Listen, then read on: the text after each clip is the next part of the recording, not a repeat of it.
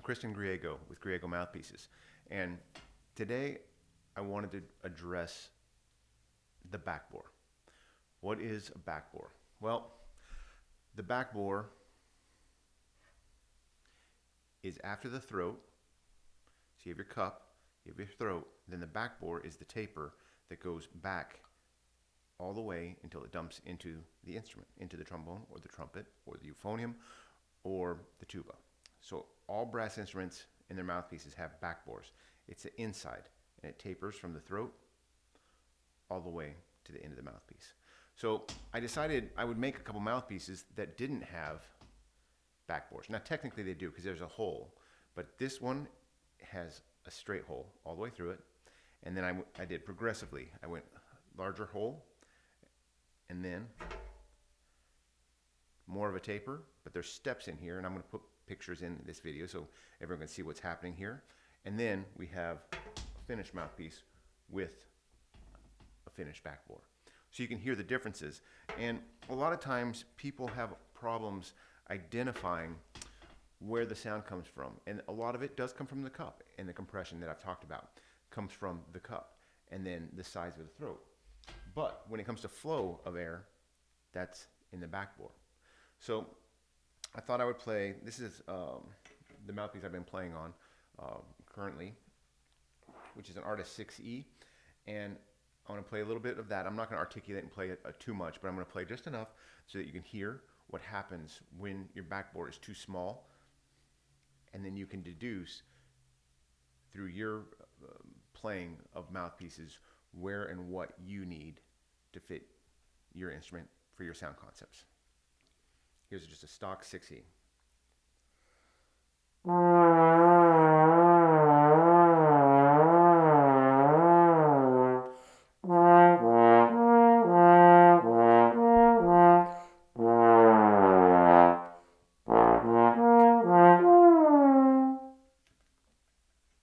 So, stock backbore with continuous taper. Now, a very small backbore. It's just a small hole all the way through, no taper whatsoever.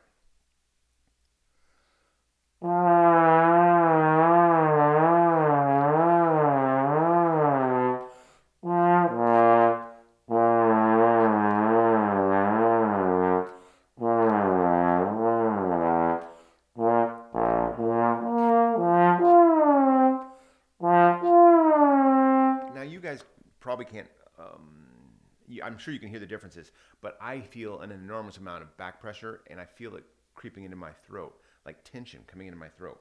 And also the color of the sound is more of a and it's not open. So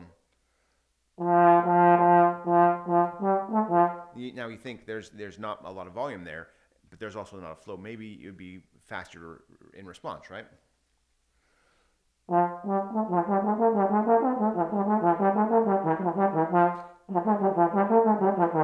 Yeah. I'm starting to over-articulate because it's bottling up on me. So that's terrible.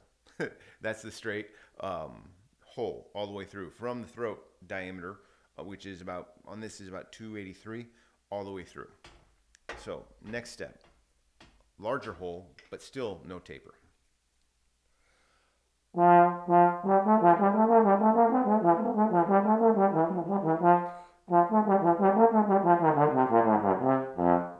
Now, it's better.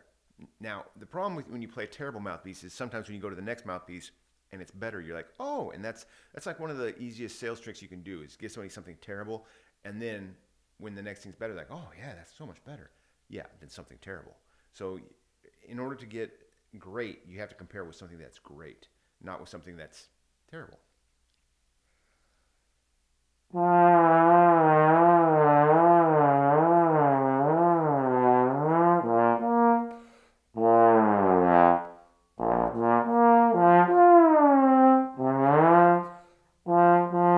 Now the problem is I'm playing all mezzo here. If I start goosing this, it's not going to be open or expansive. It's just going to be and I can hear that dominating the color of the sound.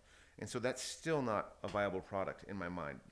So let's go to the third step. Now this is tapered, but just tapered drills. And so it's literally small steps, step, through the backbore.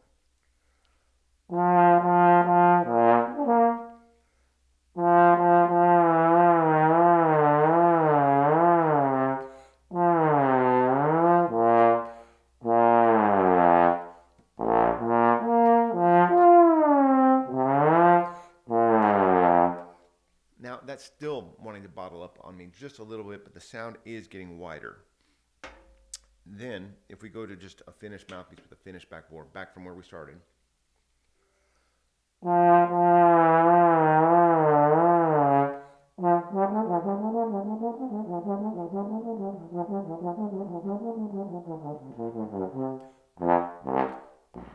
That's me.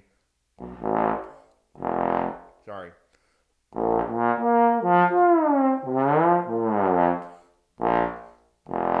I didn't do a lot of practicing today, so my face isn't really warm, but that's my excuse for the day. So you can tell this sounds more expansive. And what you're doing with the backbore, now you could say, well, I want a very big backbore. But then what can start happening when it gets too big is fa, fa, fa, fa, fa, fa, rather than ba, ba, ba, ba, ba, ba, ba, ba, ba, ba, ba, ba, ba. And so you have to balance width of sound with clarity in all dynamics. Soft playing.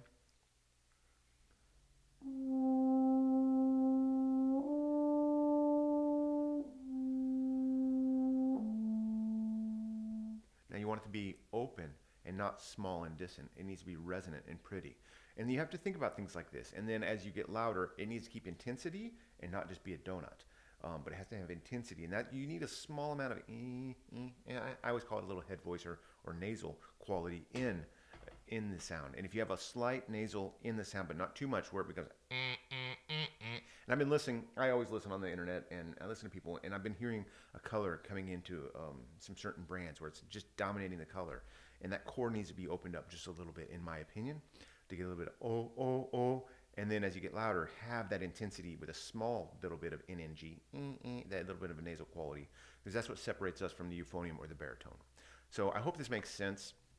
This is what a backbore does. It has a lot to do with flow and comfort. The larger the backbore, a lot of times it can go into the it'll make a shorter throat. So then the flow of air becomes faster and faster. It's a very much balancing act. Don't obsess about any one aspect of the mouthpiece. It's all of the parts combined. Hope this makes sense, and that's my video on backbores. Thanks for watching. I'll see you around.